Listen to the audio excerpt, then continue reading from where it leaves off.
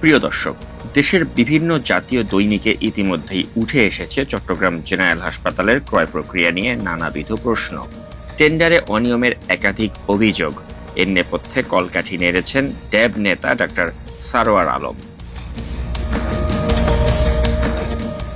আজকের প্রতিবেদনে আমরা তুলে ধরব কিভাবে এই সারোয়ার আলম নিয়ম ভেঙে তার বান্ধবীকে প্রায় ৮ কোটি টাকার কাজ পাইয়ে দিয়েছেন।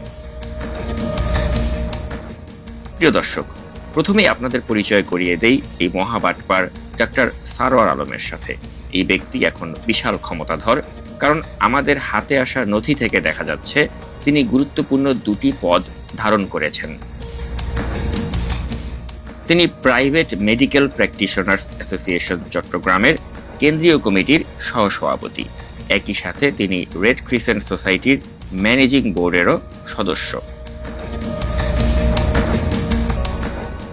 নিজের ক্ষমতার অপব্যবহার করে তিনি চট্টগ্রামের অন্দরকিল্লা 250 শয্যা বিশিষ্ট জেনারেল হাসপাতালে 2025-26 অর্থ বছরে 7.5 কোটি টাকারও বেশি ওষুধ ও চিকিৎসা সামগ্রী কেনার দরপত্রে অনিয়ম করেছেন।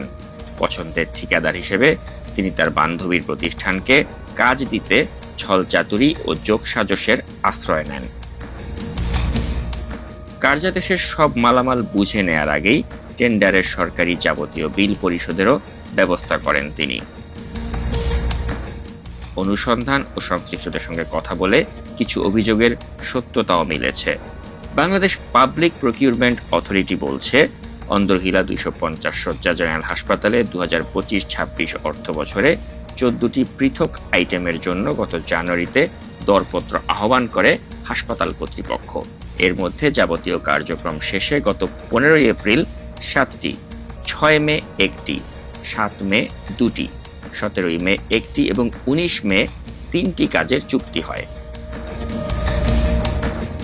সংশ্লিষ্ট ঠিকাদারকে সব মিলিয়ে 9,21,53,366 টাকায় চুক্তিগুলো সম্পাদিত হয়। এর মধ্যে MSM হেলথ কেয়ার এবং MSM বাংলাদেশ নামের প্রতিষ্ঠান দুটি পায় 7,59,86,936 টাকার 6টি কার্যাদেশ। প্রতিষ্ঠান দুটির কর্ণধার রুমানা সুলতানা মৌ নামের একজন নারী, যিনি ডাক্তার সারোয়ার আলমের ঘনিষ্ঠ বান্ধবী।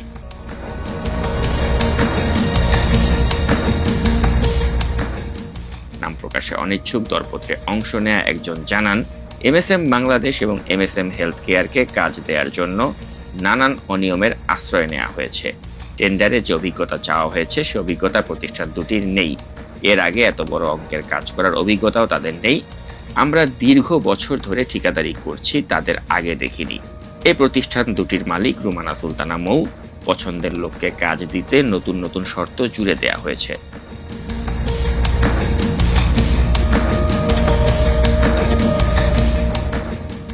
নাম প্রকাশে অনিচ্ছুক আরেক ভুক্তভোগী জানান, অন্দরকিল্লা জেনারেল হাসপাতালের টেন্ডারে আমি অংশ নিয়েছিলাম, কিন্তু আমাকে নন রেসপন্সিভ করে দেওয়া হয়েছে।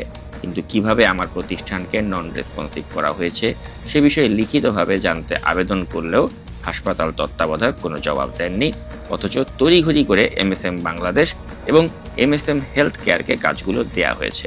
পরে আমি স্বাস্থ্য মন্ত্রণালয় এবং দুর্নীতি দমন কমিশনে অভিযোগ দিয়েছি।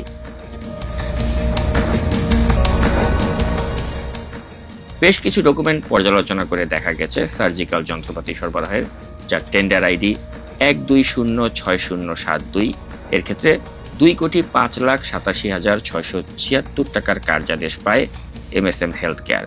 ওই টেন্ডারে অংশগ্রহণকারী ঠিকাদার আলী অ্যাসোসিয়েটসকে নন রেসপন্সিভ করা হয়। একই টেন্ডারে ফাইন্যান্সিয়াল রেসপন্সিভ হয়ে 1,87,94,492 টাকায় দর প্রস্তাব করলেও মেসার্স আলমগীর অ্যান্ড ব্রাদার্সকেও কার্যাদেশ দেওয়া হয়নি, বরং তার চেয়ে 17,93,284 টাকা বেশিতে কার্যাদেশ পাইয়ে দেওয়া হয় MSM হেলথ কেয়ারকে। অন্যদিকে সার্জিক্যাল যন্ত্রপাতি সরবরাহের টেন্ডারে নন রেসপন্সিভ হলেও 28,18,659 টাকায় আসবাবপত্র সরবরাহের, যার টেন্ডার আইডি 1206073 কার্যাদেশটি পায় আলী অ্যাসোসিয়েটস। এটিও ডাক্তার সারোয়ার আলমের স্বার্থ সংশ্লিষ্ট প্রতিষ্ঠান।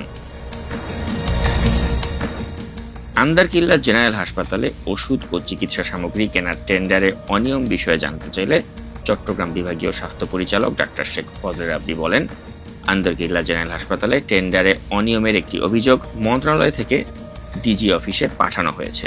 অভিযোগের একটি কপি আমাকে পাঠানো হয়েছে। অভিযোগের বিষয়ে ডিজি অফিস ব্যবস্থা নেবে। এ বিষয়ে এখনো আমাদের কোনো নির্দেশনা দেয়া হয়নি। অনুসন্ধানে জানা যায়, ড্যাব নেতা ডাক্তার সারোয়ার আলম তার বান্ধবী রুমানা সুলতানা মোয়ের প্রতিষ্ঠান MSM বাংলাদেশ এবং MSM হেলথ কেয়ারকে দরপত্রটি পাইয়ে দেওয়ার জন্য জেনারেল হাসপাতাল কর্তৃপক্ষের সাথে মিলে এই ছলচাতুরিতে আশ্রয় নিয়ে বিভিন্ন কৌশল অবলম্বন করেন। আমাদের সূত্র বলছে, ডাক্তার সারোয়ার আলম এই টেন্ডার জালিয়াতি করে ধরা পড়ে ইতিমধ্যেই আমেরিকাতে পাড়ি জমানোর চেষ্টা করছেন। আমরা অবিলম্বে ডাক্তার সারোয়ার ও তার বান্ধবী রুমানা সুলতানা মোয়ের দৃষ্টান্তমূলক শাস্তির দাবি জানাচ্ছি।